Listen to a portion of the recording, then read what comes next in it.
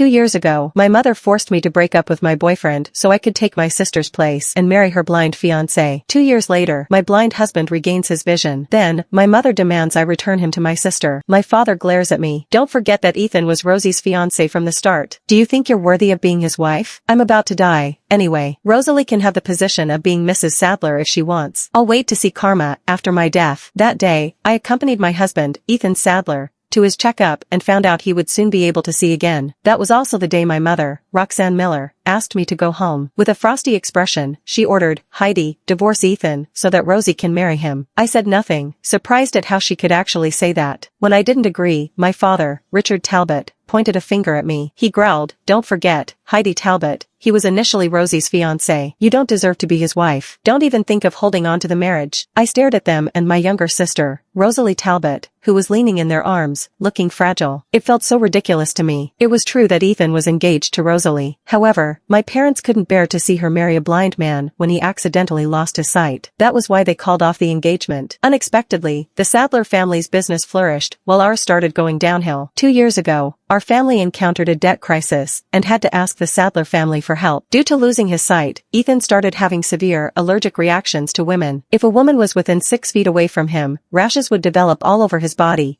and it would feel extremely uncomfortable. The only women he wasn't allergic to were Rosalie and me. As the three of us grew up together, he wasn't allergic to our presence. When the Sadler family requested my family to adhere to the engagement, my family sacrificed me without hesitation. I was forced to sign the prenuptial agreement. Ethan and I then registered our marriage. Dad's company received $20 million from Sadler Group. Meanwhile, I received nothing from either side of the family for my marriage to Ethan. Just like some sort of merchandise, I was packed up and delivered to the Sadler residence. What was more ridiculous was I had so few belongings that a suitcase was more than enough for me, even though I lived in that house for 20 years. As our family once called off the engagement with Ethan, my parents-in-law, William Sadler and Brianna Ford, despised me. To them, I was just a tool they bought from the Talbot family to bear Ethan's children, while Ethan merely saw me as Rosalie's substitute. But his beloved Rosalie refused to marry him because he was blind. Even when we were being intimate, he kept calling out her name. At the Sadler household, I was just like his full-time maid, who had to take care of his daily needs. Because of his condition, his mood fluctuated greatly. He preferred staying in his bedroom the whole day and smoked to make himself numb. As I waited on him, he would suddenly aim his cigarette at where I was and press its end on my body. Sometimes it'd make a hole in my shirt. At worst, it'd leave scars on my body. Not even I could keep count of how many scars I had, as sometimes the newer scars would overlap with the older ones and form new scars. Was I resentful? Of course, I was, but I dared not say anything about it because no one was on my side. Had I thought of putting up a fight? I would love to, but if I did, the Sadler family could crush my family in no time. Wasn't that the reason I'd been sent to them? To appease Ethan and his family? I remembered the first time Ethan scorched me with his cigarette. Crying, I called Mom, telling her I was afraid and it hurt badly. However, she scolded me over the phone. "Heidi, Ethan's just feeling down. Put up with it and it will pass. Don't you dare offend the Sadlers, I'm telling you." Fine, I put up with it. Without complaints, I played my role. To the public's eye, I was the much-admired Mrs. Sadler. However, where no one else could see, I was a puppet that Ethan could torture to his liking. As I hadn't conceived even after being married to him for so long,